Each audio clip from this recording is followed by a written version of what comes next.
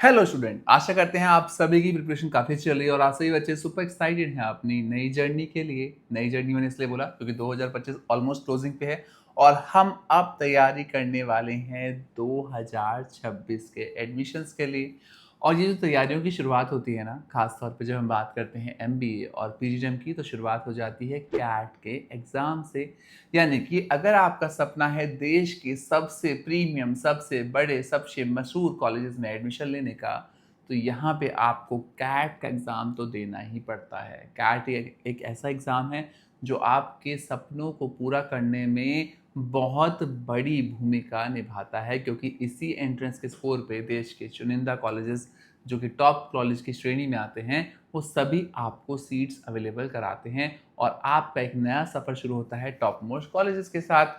और हम जानते हैं इस एंट्रेंस की इम्पोर्टेंस, इसलिए लेके आए हैं आज की वीडियो, जहाँ पे हम बात करेंगे बहुत सारे मुद्दों के बारे में। साथ ही साथ कुछ सवाल जवाब भी लेंगे जो बच्चे फ्रीक्वेंटली पूछते हैं। साथ ही साथ हम इस पूरे टॉपिक पे एक डिटेल्ड वीडियो लेके आए हैं, जिसके बाद आपके पास होगी वो सारी इंफॉर्मेशन, जिसके बाद आप शायद से इस साल के कैट एग्ज़ाम में टॉप भी करें और एक अच्छे कॉलेज तक पहुंचने में आगे सफल भी हों। तो बिना देरी के शुरू करते हैं ये महत्वपूर्ण वीडियो, जो कि 2026 में आपको करेगी सबसे आगे। तो हम बात करने वाले हैं देश के सबसे महत्वपूर्ण एग्ज़ाम के बारे में, यानी कि कैट के बारे में। कैट एक ऐसा एग्ज़ाम है जिसे हर बच्चा देता है, अगर वो मैनेजमेंट के लिए कॉलेजेस देख रहा है, अगर आप भी एमबीए या फिर पीजीडीएम के लिए कैंपस देख रहे हैं, तो ये एंट्रेंस आपकी मंजिल पाने में आपकी बहुत बड़ी मदद कर सकता है, क्योंकि देश के चुनिंदा जो नामी गिरामी कॉलेजेस हैं, वो सभी कैट का स्कोर देखते हुए आपको एडमिशन देते हैं। कैट को कंडक्ट आईएम्स करते हैं, इंडियन इंस्टीट्यूट ऑफ मैनेजमेंट, ये कंडक्ट करते हैं इसको। रजिस्ट्रेशन की अगर बात करें तो इसकी डेट शुरू हो गई है, 1 अगस्त से रजिस्ट्रेशन शुरू हो चुके हैं और लास्ट डेट रहने वाली है 13 सितंबर 2025। एग्जामिनेशन की अगर डेट की बात करें तो 30 नवंबर का एग्ज़ाम होने वाला है, यानी कि काउंटडाउन शुरू हो चुका है। अगस्त, सितंबर, अक्टूबर और नवंबर, यानी कि मोटा मोटा 4 महीने हैं आपके पास इस प्रोग्राम के लिए तैयार करने की, इस एंट्रेंस के लिए तैयारी करने की। अगर हम बात करें इसका कितनी बार अटेम्प्ट आप दे सकते हैं, तो इस एग्ज़ाम को साल में सिर्फ आप एक बार ही दे पाते हैं, एक सीज़न में एक बार होता है, यानी कि नो मल्टीपल अटेम्प्ट्स। अगर हम बात करें इसके एक्सेप्टेंस की, तो ये 100 से भी ज़्यादा टॉप 20 स्कूल्स इंडिया में एक्सेप्ट करते हैं। और डिफ़िकल्टी लेवल की अगर हम बात करें तो काफ़ी हार्ड रहने वाला है, यानी कि थोड़ा बहुत मुश्किल नहीं होगा, काफ़ी मुश्किल रहने वाला है। तो इसके लिए आपकी पूरी तैयारी होनी ज़रूरी है। अब बात करेंगे इस एग्ज़ाम के पैटर्न के बारे में। हमने जो आज ये पैटर्न का डिस्कशन किया है, लास्ट ईयर के पेपर्स के बेसिस पे किया है और थोड़े बहुत चेंजेस हो सकते हैं, बिकॉज़ अभी पूरी तरीके से जानकारी नहीं आई है। छोटे-मोटे चेंजेस आ सकते हैं, तो अकॉर्डिंगली आप इस वीडियो में ऑल्ट्रेशन कर सकते हैं।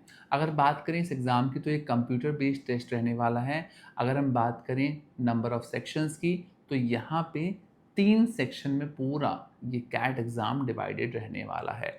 और टोटल नंबर ऑफ क्वेश्चंस की अगर हम बात करें प्रीवियस पैटर्न्स को देखते हुए, 68 क्वेश्चंस के आसपास आपके क्वेश्चन रहने वाले हैं।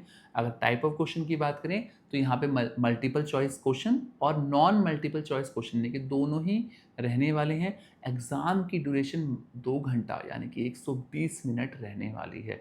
मार्किंग स्कीम की बात करें तो यहाँ पे +3 रहेगा सही आंसर के लिए और -1 रहेगा नेगेटिव आंसर्स के लिए। अगर बात करें कैट एग्ज़ाम के सेक्शंस के बारे में, तो ये एग्ज़ाम 3 पार्ट में डिवाइडेड है। पहला पार्ट होने वाला है वर्बल एबिलिटी, रीडिंग कॉम्प्रिहेंशन, यानी कि वर्बल एबिलिटी और रीडिंग कॉम्प्रिहेंशन। इसमें बहुत ईज़ी रहता है, बहुत डिफ़िकल्ट नहीं रहता है ये कंपैरेटिवली। अगर आपका बेस मज़बूत है, तो आप इस पर्टिकुलर सेक्शन में तो बहुत अच्छे नंबर लेके आ सकते हैं, क्योंकि इस पर्टिकुलर सेक्शन में काफ़ी बच्चों के नंबर अच्छे आते हैं। दूसरा पार्ट रहने वाला है data interpretation and logical reasoning का।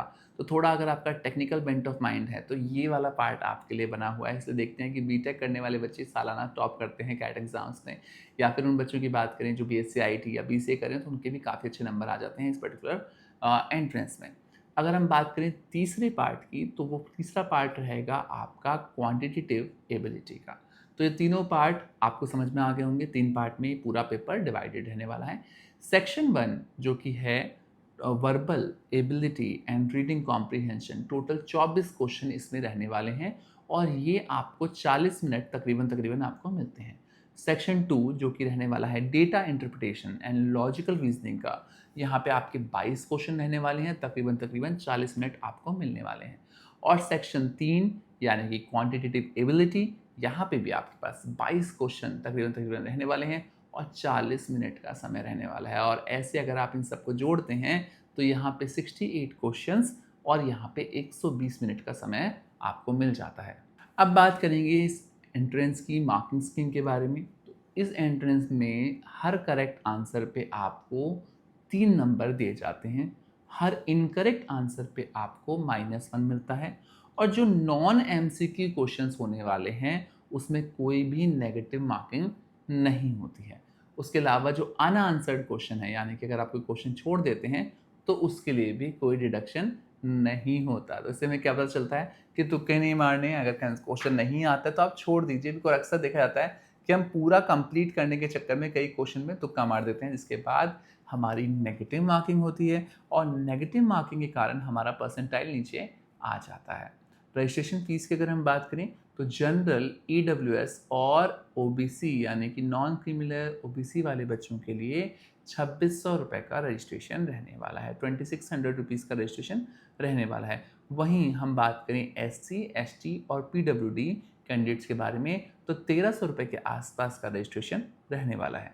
अब बात करेंगे इस एंट्रेंस के लिए एलिजिबिलिटी क्राइटेरिया क्या रहने वाला है। तो इस एंट्रेंस के लिए आपके पास बैचलर्स डिग्री होना अनिवार्य है। अगर आपके पास है तो आप इस एंट्रेंस को दे सकते हैं। 50% नंबर आपके होते हैं तो आप इस एंट्रेंस की तरफ आगे बढ़ सकते हैं। वैसे तो कई सारे कॉलेजेस हैं जहाँ पे आपको पीजीपीएम प्रोग्राम में परसेंटेज नहीं मिलेगी, बट स्टिल 50% एक बेंचमार्क रखा गया है। वहीं अगर आप थर्ड ईयर में हैं, फाइनल ईयर में हैं, तब भी आप अपीयर हो सकते हैं, बिकॉज आप फाइनल ईयर में हैं और आपका पूरे उसी साल में डिग्री कंप्लीट हो जाएगा। दूसरा, अगर आपने कोई सीए, सीएस या फिर आईसीडब्ल्यूए जैसे प्रोग्राम्स किए हैं तो भी आप यहाँ पे अप्लाई कर सकते हैं। यानी कि जो मेजर रोल रहने वाला है वो उन बच्चों का रहने वाला है जो फाइनल ईयर में हैं किसी भी डोमेन में, चाहे आप संस्कृत ऑनर्स भी कर रहे हैं या हिंदी ऑनर्स भी कर रहे हैं या पॉलिटिकल साइंस ऑनर्स भी कर रहे हैं और आप अपने फाइनल ईयर में हैं तो आप ये एंट्रेंस दे सकते हैं। तो यहाँ पे कहीं भी रिक्वायरमेंट नहीं है कि आपका कॉमर्स का डोमेन रहना चाहिए या फिर आपका कोई और डोमेन नहीं होना चाहिए। यहाँ पे आप किसी भी डोमेन से हैं, आप चाहे बीटेक से हैं, चाहे बीसीए से हैं, चाहे आप आर्ट्स ह्यूमैनिटीज़ बैकग्राउंड से हैं, आप किसी बैकग्राउंड से इस पर्टिकुलर फील्ड में आगे बढ़ सकते हैं। अब देंगे हम आपको कुछ टिप्स जिसके बाद आप ये एंट्रेंस शायद से काफ़ी बेहतर कर पाएँ। टिप नंबर 1, अगर हम बात कर रहे हैं इस एंट्रेंस की तो सबसे इम्पॉर्टेंट है टाइम मैनेजमेंट। मैंने आपको खास तौर पे ये जो एंट्रेंस है बताया है कि 120 मिनट का रहने वाला है ना। टोटल 3 आपके सेक्शंस रहने वाले हैं और तीनों सेक्शन में हमने बहुत जोर दिया है कि हर सेक्शन में आपको कितना टाइम मिलने वाला है। तो अगर आपको टाइम मैनेजमेंट करना आ जाएगा तो ये एंट्रेंस आप अच्छा खासा कर सकते हैं, अच्छे खासे अटैम्प्ट आप दे सकते हैं। दूसरा, अगर आप किसी कारणवश कोचिंग नहीं ले पा रहे हैं, कोई भी फाइनेंशियल रीज़न है, कुछ भी है, तो आज की डेट में यूट्यूब पे अपार ज्ञान भरा पड़ा है। There are so many people जिनके फ्री आपको चैनल्स मिल जाएंगे जो आपको फ्री में एजुकेशन दे रहे हैं और आपको समझा रहे हैं इस एंट्रेंस के बारे में, और सेल्फ स्टडी के बेसिस पे भी आप काफ़ी अच्छा कर सकते हैं। लास्ट टाइम मेरी एक स्टूडेंट थी तमन्ना भाटिया, जिसने 97 परसेंटाइल कैट स्कोर किया था और उसने सेल्फ स्टडी के बेस पे वो किया था। तो आप बुक्स लेके अभी से पढ़ना शुरू कर सकते हैं। आपको पूरा सिलेबस पता होना चाहिए। उस सिलेबस को करने के लिए आपके पास मार्केट में बहुत सारी बुक्स अवेलेबल हैं, उनको आप कर सकते हैं। तीसरा, कोई भी एंट्रेंस चाहे कैट हो, स्नैप हो, जैट हो, एनमेट हो, यहाँ पे मॉक टेस्ट की भूमिका बहुत बड़ी होती है। तो कोई भी आप मॉक टेस्ट सीरीज ले सकते हैं फ्री ऑफ कॉस्ट। कई सारी मॉक टेस्ट सीरीज हैं जिनको आप अभी से प्रैक्टिस कर सकते हैं। उस बेसिस पे आप काफ़ी अच्छा कर सकते हैं।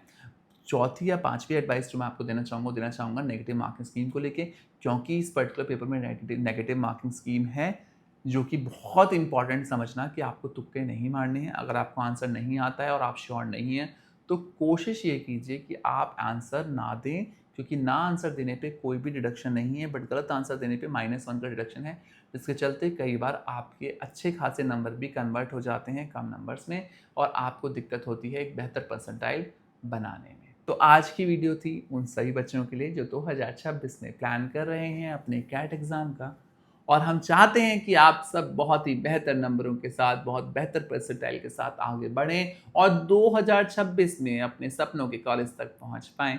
इसलिए हम लेके आए थे आज की वीडियो। और आज की वीडियो आपको कैसी लगी ये कमेंट सेक्शन में आप हमें बता सकते हैं। साथ ही साथ ऐसी और वीडियोस के लिए जो आपको 2026 में मदद करे आगे बढ़ने के लिए हमें सब्सक्राइब कीजिए, चैनल को प्यार करते रहिए, लाइक करते रहिए, ताकि हम आपके लिए निरंतर ऐसा प्रयास करते रहें, वीडियोस लेके आते रहें और आपको नई नई जानकारी से अवगत कराते रहें।